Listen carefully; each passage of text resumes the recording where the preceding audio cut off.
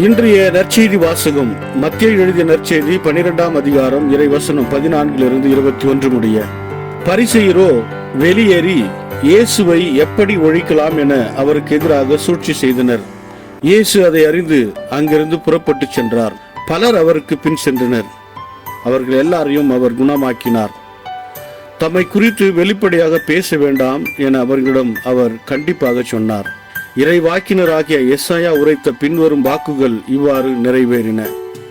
இதோ உன் ஊழியர், இவர் நான் தேர்ந்து கொண்டவர், இவரை என் அன்பர், இவரால் என் நெஞ்சம் பூரிப்படைகிறது, இவருள் என் ஆவி தங்கும்படி செய்தேன், இவர் மக்களினர்களுக்கு நீதி அறிவிப்பார், இவர் சண்டை சச்சரவு செய்ய மாட்டார், கூக்குரலிட மாட்டார், தம் குரலை தெருவிலே எழுப்ப மாட்டார், நீதியை வெற்றி பெற செய்யும் வரை நெறிந்த நாணலை முறியார், புகையும் திரியை அணையார், எல்லா மக்களினங்களும் இவர் பெயரில் நம்பிக்கை கொள்வர். இது கிறிஸ்து வழங்கும் நற்செய்தி. கிறிஸ்துவே உமக்கு புகழ். ಮತ್ತಾಯ ಅಧ್ಯಾಯ 12 ವಚನ 14-21 ಆದರೆ ಪರಿಸಾಯರು ಹೊರಟು ಹೋಗಿ ಯೇಸುವನ್ನು ಕೊಲ್ಲಲು ಉಪಾಯಗಳನ್ನು ಮಾಡಿಕೊಂಡರು.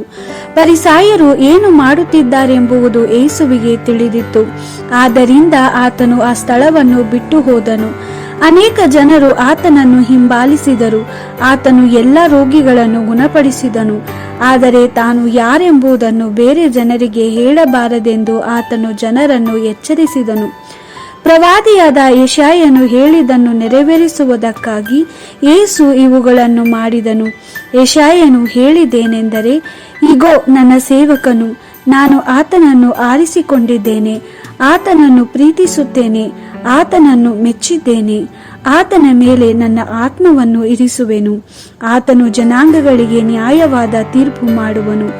ಆತನು ಜಗಳ ಮಾಡುವುದಿಲ್ಲ, ಕೂಗಾಡುವುದಿಲ್ಲ, ಬೀದಿಗಳಲ್ಲಿ ಆತನ ಶಬ್ದ ಕೇಳಿಸುವುದಿಲ್ಲ.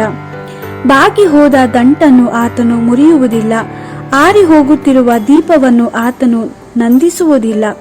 ನ್ಯಾಯವಾದ ತೀರ್ಪು ಜಯಗಳಿಸುವಂತೆ ಆತನು ಮಾಡುವನು. ಎಲ್ಲಾ ಜನರು ಆತನಲ್ಲಿ ಭರವಸೆ ಇಡುವರು. ದೇವರ ವಾಕ್ಯವಿದು. ದೇವರಿಗೆ ಕೃತಜ್ಞತೆ ಸಲ್ಲಲಿ. Gospel according to Matthew chapter 12 verse 14-21. Then the Pharisees left and made plans to kill Jesus. When Jesus heard about the plot against him, he went away from that place, and large crowds followed him. He healed all the sick and gave them orders not to tell others about him. He did this so as to make come true what God had said through the prophet Isaiah. Here is my servant whom I have chosen, the one I love and with whom I am pleased. I will send my spirit upon him, and he will announce my judgment to the nations. He will not argue or shout or make loud speeches in the street. He will not break off a bent reed nor put out a flickering lamp. He will persist until he causes justice to triumph, and on him all peoples will put their hope. This is the word of the Lord. Thanks be to God.